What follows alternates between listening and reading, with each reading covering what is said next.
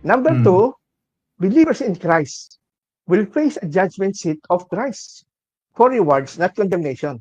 It is judgment for reward based doon sa quality ng service mo sa Panginoon as part of His body.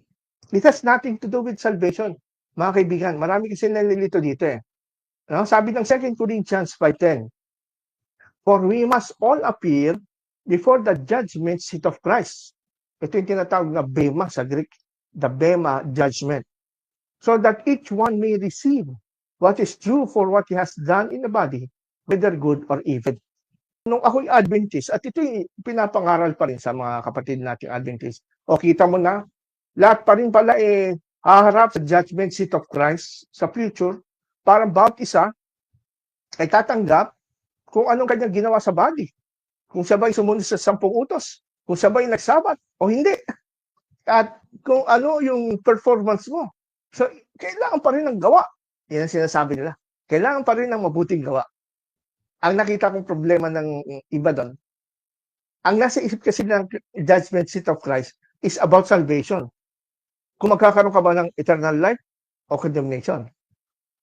Which is wrong.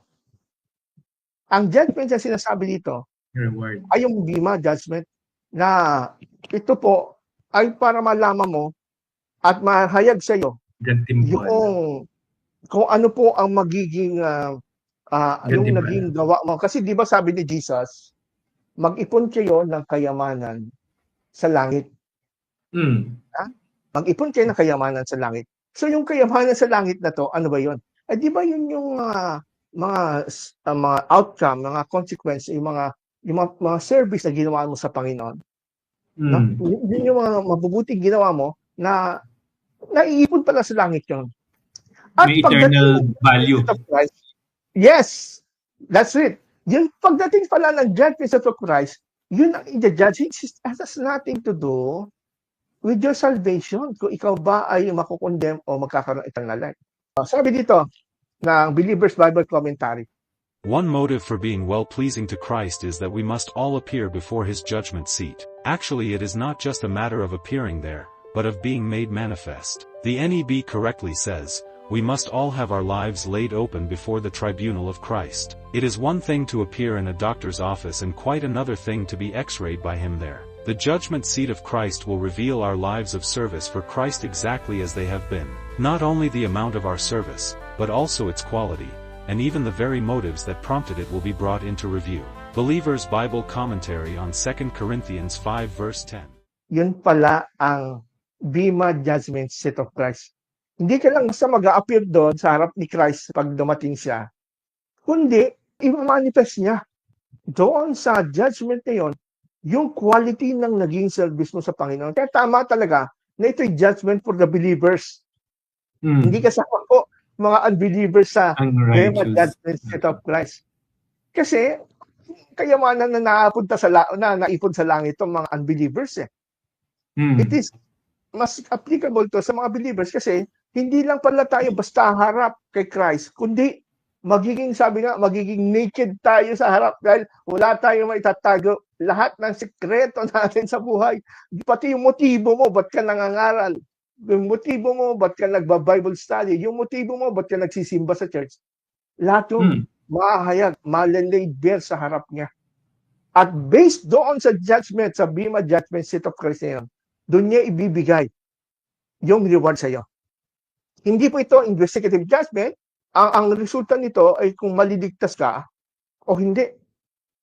Samantala, ang bima judgment seat of Christ is about salvation. Bibigyan ka ng reward. Okay. 1 Corinthians chapter 3, verse 12 to 15. Now, if anyone builds on the foundation with gold, silver, precious stones, wood, hay, straw, each one's work will become manifest, for the day will disclose it. Capital in the day. It is the day of judgment when Jesus Christ returns, when He comes to judge us. What is He talking about the believers? It is not talking about the condemnation with them. And sabi dito, because it will be revealed by fire, and the fire will test what sort of work each one has done. If the work that anyone has built on the foundation survives, he will receive reward. If anyone's work is burned up, he will suffer loss, though he himself will be saved, but only as through fire. Yan yung talagang paliwanag na makikita mo. Ito'y judgment of the righteous. Mhm. And walang hindi Ligtas na mga maliligtas believers. dito. Yeah, ligtas pa rin. Judgment of the believers. Ngayon, ang argument kasi dito, nag-ugat doon sa di pagkaintindihan ng mga tao pagdating sa namumuno. Kasi yung iba, mga followers ni Apollos at yung iba, followers ni Apostle Paul. Pero sinasabi ni Apostle Paul, alam niyo mga kapatid, baliwala yan eh. Kasi nga, kahit na si Apostle Apollo or ako ang namumuno, mga turo namin, may nagtatanim. Tapos mayroong but ang Diyos ang nagpapalago talaga ng lahat ng Yun ang context yan. Yun ang context. Pero Believers ito, ang pinag-usapan. Believers ang pinag-usapan.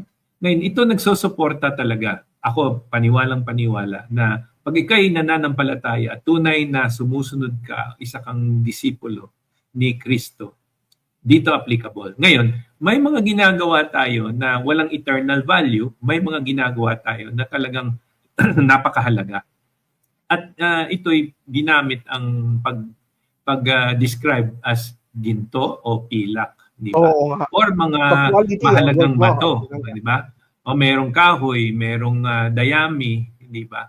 So, ngayon, ito yung Bema seat. Each one's work will become manifest, mapapahayag, di ba? On the day or for the day will disclose it. Ano yung day na kapitan? Nabanggit yun na. It's the judgment day. Because it will be revealed by fire. Ngayon, naisip ko, fire is something that purifies. Fire is something that tests. Di ba? Pagka nilagay mo ang ginto doon, di ba? Pag dumaan ng ginto, lahat ng mga impurities matatanggal. Nawawala.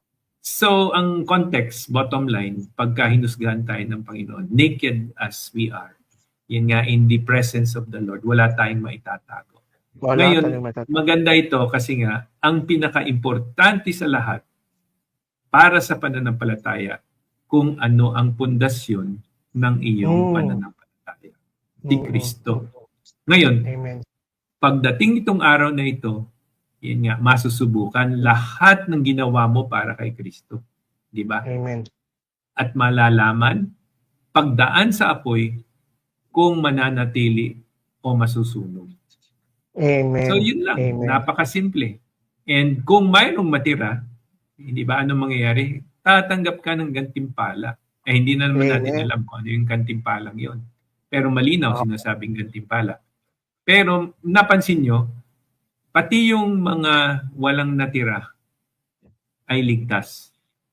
Kasi doon sa 15, anyone's work, yung ginagawa niyang akala niya may eternal value, ay nasunog.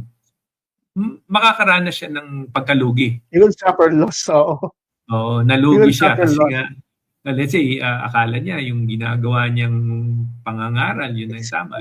Bato, kahoy, at precious stones, silver, ang halaga pala nun ay bato lang. Wood, hay, and straw. Walang halaga. Wood, hay, and straw. But he himself will be saved. Yan ang pinakagusto ko.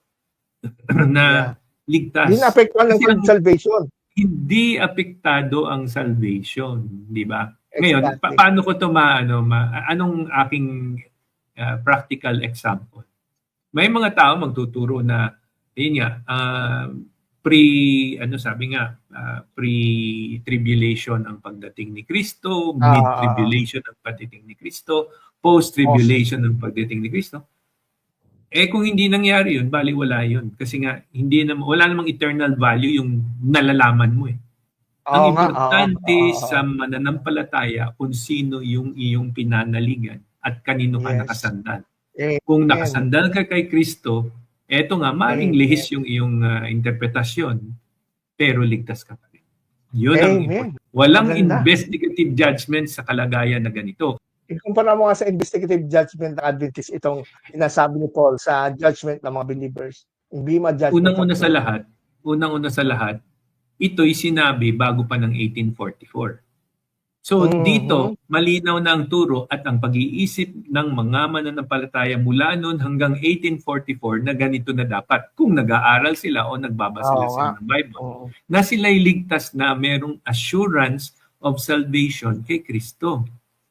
Kaso kung ang paniwala lang ng mga nagtuturo ng investigative judgment is nagsimula lang ang investigative judgment noong 1844, o edi ano lahat to, disqualified lahat nung before.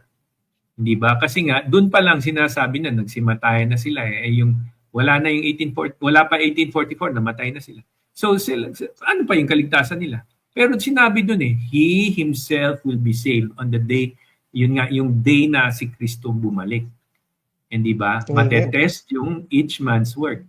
Malulugi lang nga siya pero siya'y ligtas. O di walang investigasyon na sinasabi. Hindi about salvation. Sa investigative judgment kasi about salvation About salvation. Wala. Ngayon, etong babala. Pagka naniniwala ka sa investigative judgment, hindi ka kasali dito. Oo nga. Kasi, hindi ba, yung faith, sabi nga yung faith, kanino ka naniniwala? Kay Ellen G. White o sa turo ng Panginoon sa Kristo? Sa ebanghelyo. So, kung naniniwala ka sa investigative judgment at hinahanapan mo ng talata para lang maituro yan, that is false teaching and ang tawag dyan ay heretical. Tama ba po? Heretical. Hindi yan ang turo ng ating Panginoon. Heretical yan. Malayo Wala nga sa isip i-public investigative judgment Kaya po yung First Peter kanina na binasa natin, 4:17, for the judgment will begin at the house of God. Huwag niyo pong igamiting Bible text to support the investigative judgment yan. Kasi hindi 1st century nangyari yan at hindi 1844 October. Kaya nga po yung mga nangangaral dyan na tunog grace, no? Grace, ang tawag yun, Grace Reigns Adventist Community Experience. Ang ganda ng tunog, ang ganda ng music, pero para sa akin sintonado dahil hindi po totoong gospel pa rin kasi babagsak pa rin kayo sa law by works pa rin kayo. Nakadepende pa rin yung grace ng Panginoon sa law pa rin yan. Although hindi nyo lang inuna ang law, nauna yung grace, kaso yung grace nyo nakadepende pa rin kung siya'y mananatili sa pagsunod sa 10 commandments. Ganun pa rin Oo nga. Doon po sa napag-aralan ko tungkol sa justification by faith. Sa Romans chapter 5, malinaw na sinasabi na therefore, having been justified by faith. Pag sinabi pa lang justified by faith, as if you have not sinned. Kumbaga, justification means as if you have not sinned. So, ang declaration ni God, hindi ka nagkasala. And sabi nga, we have peace with God. Tinignan ko, yung peace pala dyan is shalom. Ang word, hindi ba? Peace, shalom. Tama ba po? Shalom is Hebrew. Yun ang equivalent sa Hebrew. Sa Greek, yung peace is Irene. Diyan galing yung pangalan Irene. Irene. Pero kung ihaantulad mo, kung gagamitin mo Hebrew dito, let's say Hebrew ang translation, ang gagamitin dyan, shalom. Alright. Yes. So pag sinabi pa lang peace with God, is completeness. So, ibig sabihin nun, pagka sinabi mo sa isang mananampalataya na shalom, you have peace with God, ano kayo? Reconciled, complete, full. And everything has been settled once and for all. Ganun palang ibig sabihin nun. So, paano masasabi ngayon sa isang Adventist na nananampalataya at naniniwala na may investigative judgment na may peace siya kay God kasi hindi pa siya complete Kumbaga, mayroon pa siyang task to fulfill na sinasabing maglakad na maging patungo sa sinless perfection. At ang pinaka-focus ay yung matupad ang ika-4 na utos, which is the central focus of the investigative judgment. O di tapos na. Kaya nga ang sabi nga is pagka ganun ay hindi ka pupunta sa langit kasi iba yung sign. Ang sign na ginagamit mo pang lupa lang kasi physical sign yun Ang spiritual sign of the eternal rest of God is actually yung Holy Spirit ni God. Siya yung sign. And siya yung seal. Hindi ba? May guarantee na nga eh. The Sabbath has no guarantee eh. The Sabbath is a physical, cyclical ritual. Yung 7th day na paulit-ulit yan. Eh sinabi ni Jesus, ba't pa kayo paulit-ulit magdasal? Hindi dapat ganyan. O ba't kayo paulit-ulit na ganyan? Nangingiling kayo ng araw? Hindi. Ang pangingilin, parang yung paninindigan ng isang pananampalataya. Ang paulit-ulit na ginagawa natin sa pagsamba ay araw-araw. Hindi lang sa isang araw. Kaya ang kaligtasan natin ay buo, hindi kulang na iyong kukumplituhin pa sa iyong pag-obey. Kasi ang obedience ay bunga lamang ng iyong kaligtasan, ng ating kaligtasan. Ang linaw-linaw eh. Kaya nga mga kaibigan, ito pong sinasabi namin, ito po talagang pangangaral ng mga apostol.